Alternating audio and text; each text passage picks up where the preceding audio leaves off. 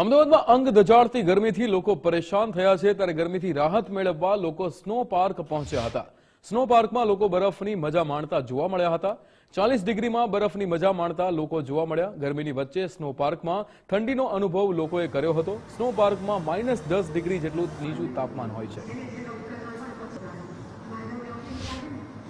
આના વિશે અમે જાણ્યું હતું। અમે આખું ગ્રુપ રાજકોટથી આવેલા છીએ ને સવારના આવી ગયા છીએ કે અત્યારે અમને ખરેખર એવું લાગે છે કે અમે કાશ્મીરમાં ફરી રહ્યા છીએ।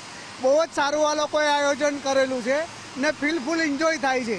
હું હમણાં ઇગ્લુમાં જઈને ગરમ તાપમાન એન્જોય કરું છું ને અંદર બરફથી રમું છું। બહુ જ મજા આવે છે।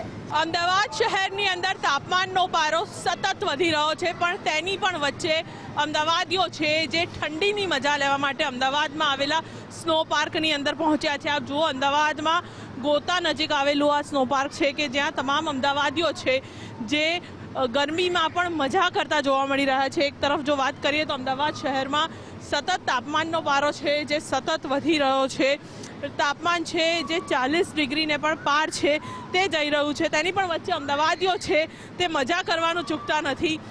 કેટલી મજા, ગરમીને પણ એન્જોય અમદાવાદીઓ સારી રીતે કરે। ગરમીમાં બહુ સરસ એન્જોય મળી રહે છે। આપણા અમદાવાદમાં બી આપણે ક્યાંય બહાર ફરવા જવાની કોઈ જરૂર પડતી નથી।